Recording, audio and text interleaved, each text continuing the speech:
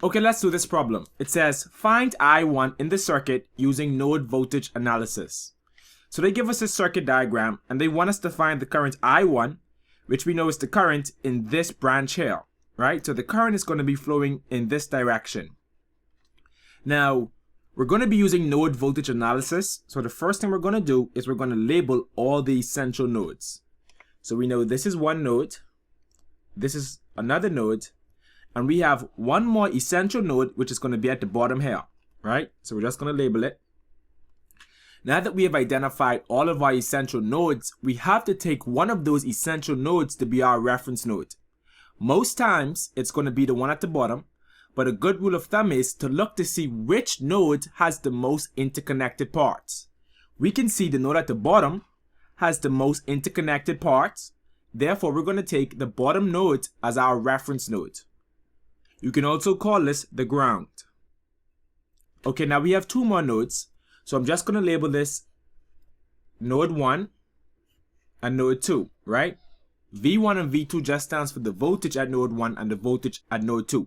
Now we know this is our reference. Now because we have a voltage at this node, we know the polarity is going to be positive to negative, because negative is going to be where the ground is or where the reference node is. Now for node 2, we're going to have a positive terminal up here and a negative terminal down there. So this is going to be our two nodes that we're going to be working with, and we're going to write a node voltage equation for each of these nodes. Let's start with node 1, right here. We're going to say node voltage. Now remember, when we write down these equations, we're always going to assume that the current is leaving the node. So we're really just writing KCL equations. So when we look at the currents leaving this node going in this direction, we know it's going to be negative 2 milliamps because we have a current source of 2 milliamps that's going to be entering the node. So we're just going to put a negative sign, but we're actually going to put a negative sign because we're going to assume the current is leaving this node. Negative 2 times 10 to the minus 3. We're going to put all of that in brackets. Plus, now we have a current in this branch here. And we know the current, we can write it in terms of Ohm's law. So we can write it as V1 over the resistance, which is 3K. So we're going to write 3000. Plus, the current leaving the node in this direction is going to be 4 milliamps. So we're going to write it as 4 times 10 to the minus 3. And all of that equals 0. So we want to get rid of this 3000, right? So we're going to multiply all of the terms by 3000 to cancel out this denominator. So we're going to say 3000 negative 2 times 10 to the minus 3 plus 3000 multiplied by V1 over 3000 plus 3000 multiplied by 4 times 10 to the negative 3 equals 0. Now these two will cancel out.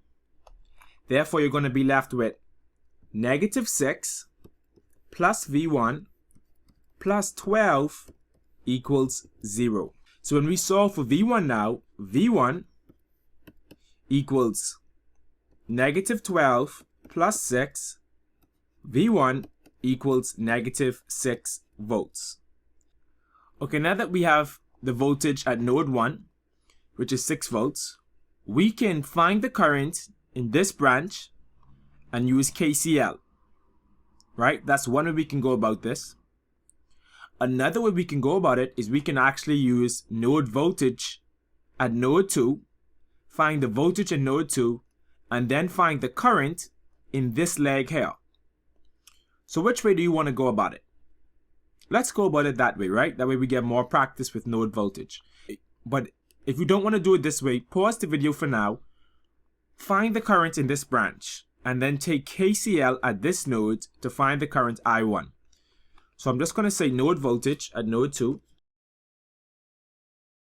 We know we have a 4 milliamp current coming into the node, so it's going to be negative 4 times 10 to the negative 3 plus we have a current coming down here. we're going to assume the current's leaving, so that's going to be V2 over 4,000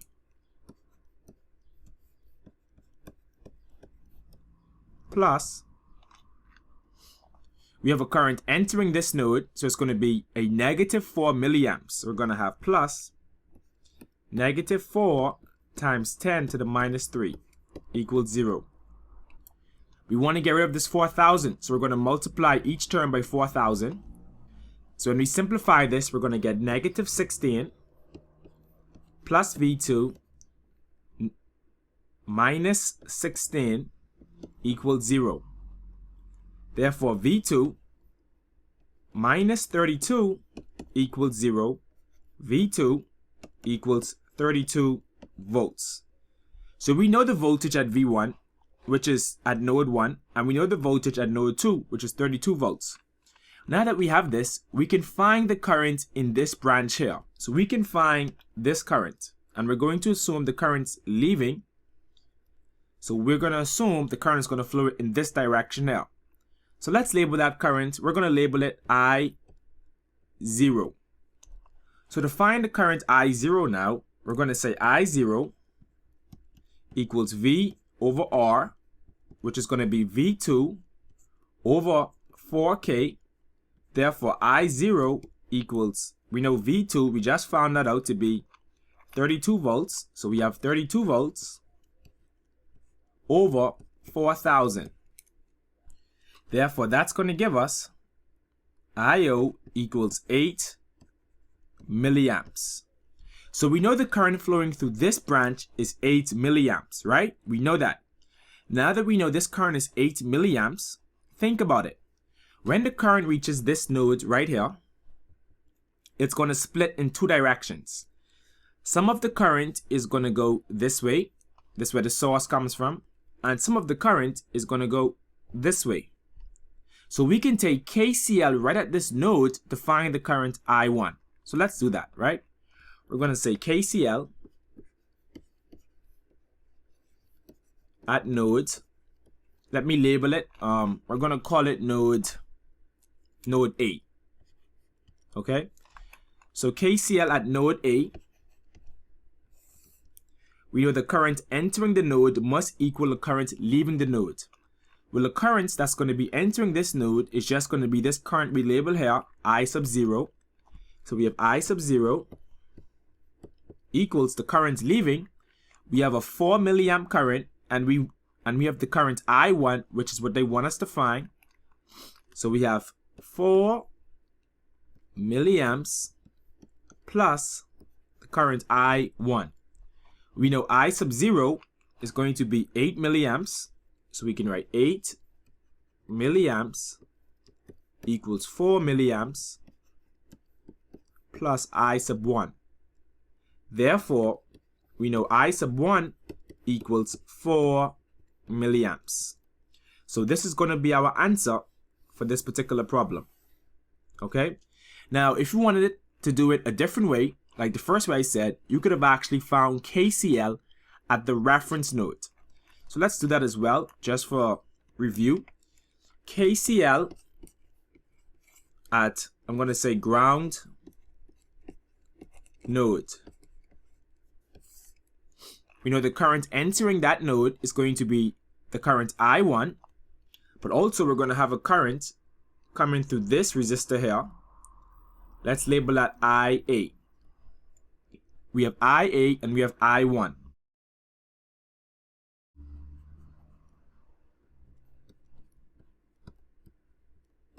And the current leaving that node is going to be this 2 milliamp of current. So we know we're going to equal 2 milliamps. Now, we have two different currents, but we know how to find the current IA in this branch. That's just going to be the voltage divided by the resistance. So we have I1 plus V1 over this resistance, which is 3K. So we have a 3000 resistor equals 2 milliamps. We found V1 already up here. Right, let me just circle these. So these wasn't our answers, but these were just the voltages at those particular nodes. We know V1 is -6, so we have I1 plus -6 over 3000 equals 2 milliamps. When you solve for this, I1 minus 2 milliamps equals 2 milliamps. Therefore, we can say I1 equals 4 milliamps, which is the same answer we got when we took KCL at node A. So anywhere you decided to do this, you were going to get the correct answer. The main thing to understand is once you find the voltages at these central nodes, you're then able to find anything else you would like in this particular circuit. So because we found the voltage at node 1 and the voltage at node 2, we were able to find the current in this branch, we were able to find the current in this branch, and we were also able to find the current in this branch because we knew the voltages.